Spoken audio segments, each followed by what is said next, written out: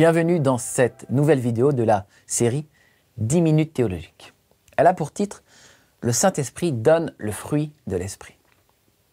Avez-vous déjà entendu parler du fruit de l'Esprit? C'est l'apôtre Paul qui utilise cette expression dans sa lettre aux Galates au chapitre 5. Il dit « Mais le fruit de l'Esprit, c'est l'amour, la joie, la paix, la patience, l'amabilité, la bonté, la fidélité, la douceur, la maîtrise de soi. » La loi ne condamne certes pas de telles choses. Pourquoi Dieu nous parle-t-il du fruit de l'Esprit? Un fruit, vous le savez, est ce qui pousse sur une branche après un processus de maturation. Il faut que la plante soit assez ferme, que son feuillage soit sorti, puis vient la saison de la croissance du fruit. Dans la nature, il y a toutes sortes de fruits, et certains sont excellents à consommer. Certains sont juteux, sucrés, acidulés. Ils ont des formes et des couleurs très variées, et de multiples parfums. Ils sont un plaisir pour nos sens, et nous apportent en même temps des vitamines, des fibres, des nutriments essentiels à notre bonne santé physique. Dans la pensée de Paul, un fruit est donc quelque chose de très bon. Et ici, il ne s'agit pas d'un fruit qui comble nos corps, mais qui vienne soutenir nos âmes. Nous sommes l'arbre sur lequel Dieu veut faire pousser son fruit. Et la sève qui produit ce fruit excellent est son Esprit Saint. Voilà pourquoi il parle du fruit de l'Esprit. Pour bien comprendre de quoi il s'agit, il faut saisir la pensée de l'apôtre Paul, quelques versets en amont. Il dit, au verset 16, « Marchez selon l'Esprit, et vous n'accomplirez pas les désirs de la chair. Car la chair a des désirs contraires à ceux de l'Esprit, et l'Esprit en a de contraires à ceux de la chair. Ils sont opposés entre eux, afin que vous ne fassiez point ce que vous voudriez.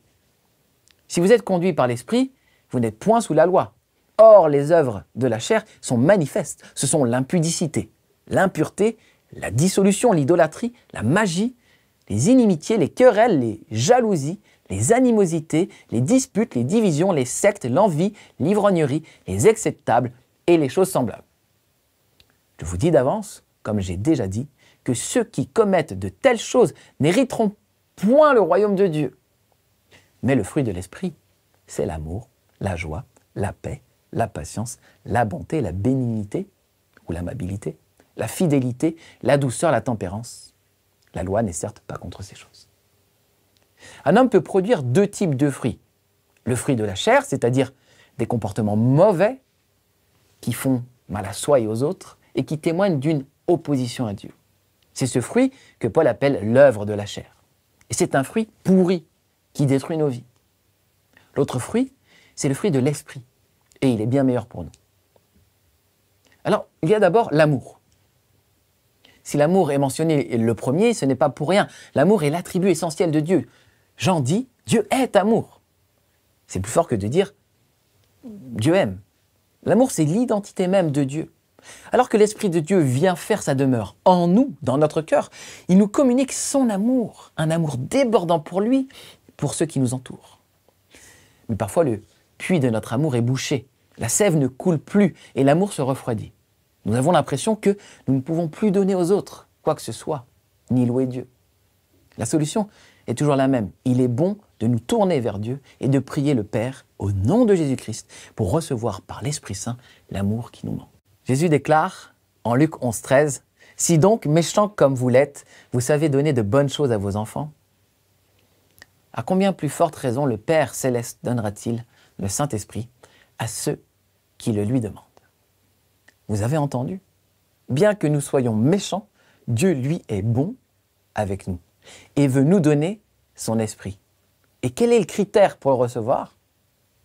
Est-ce le mérite? Est-ce la performance religieuse? Pas du tout.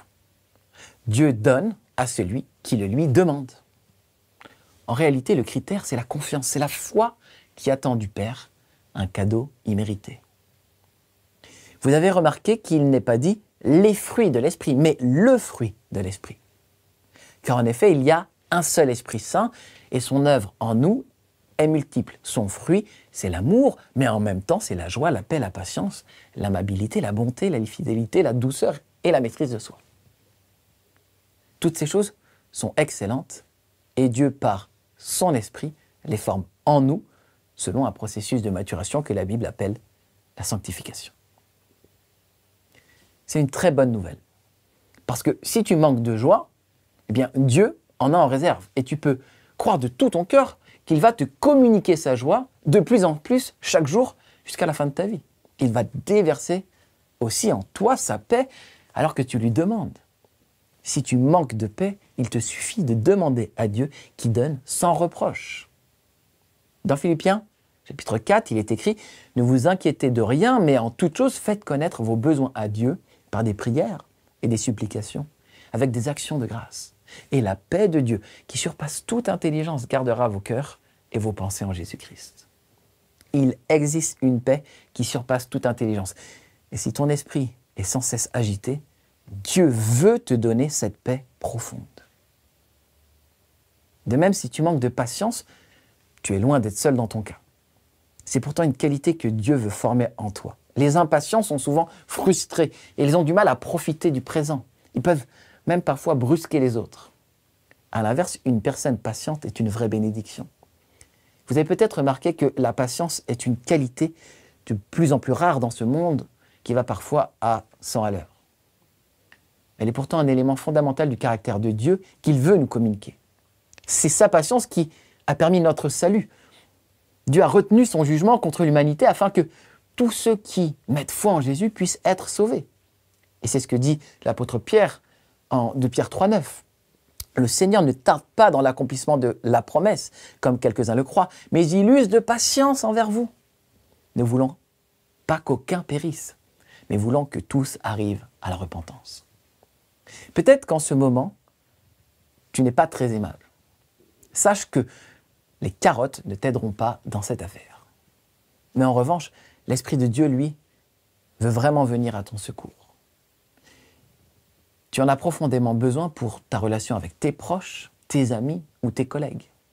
Demande donc cette part du fruit à Dieu avec foi et il la formera en toi.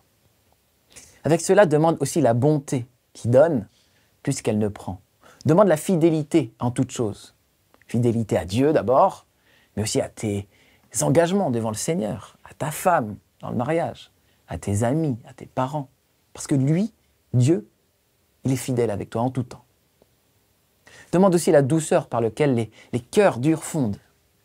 Demande la maîtrise de soi qui empêche à ta vie de partir à la dérive dans l'immoralité ou la colère. Ce fruit de l'esprit dont parle Paul en Galates 5 est succulent. Certains pourraient penser que ces choses sont très subjectives, la joie, la paix. Mais Paul déclare au contraire que la loi, donnée autrefois à Moïse, ne condamne pas de telles choses, mais les plébiscite. Elle semble plus subjective qu'un commandement, pratico-pratique, mais en réalité, ce fruit est l'esprit même de tous les commandements. Le fruit de l'esprit se voit comme le nez au milieu de la figure chez les personnes qui le manifestent. Et l'inverse est tout aussi vrai. C'est ce que nous voulons être, des personnes qui manifestent Dieu par leur caractère, des personnes transformées par l'esprit. Comment cela arrivera-t-il? En demandant humblement à ton Père dans les cieux et en contemplant sa gloire. Oui, l'apôtre Paul, sous l'inspiration du Saint-Esprit, parle de cette Église transformée par la contemplation de la gloire de Dieu. Il le dit dans 2 Corinthiens 3,18, « Nous tous, qui, le visage découvert, contemplons comme dans un miroir la gloire du Seigneur, nous sommes transformés en la même image, de gloire en gloire, comme par le Seigneur l'Esprit. » Nous pouvons prier. Nous prions que Dieu nous transforme et qu'il nous accorde du fruit de l'Esprit. Et si c'est ton désir, c'est ce que je prie pour toi maintenant, que Dieu puisse faire cette œuvre en toi. Amen.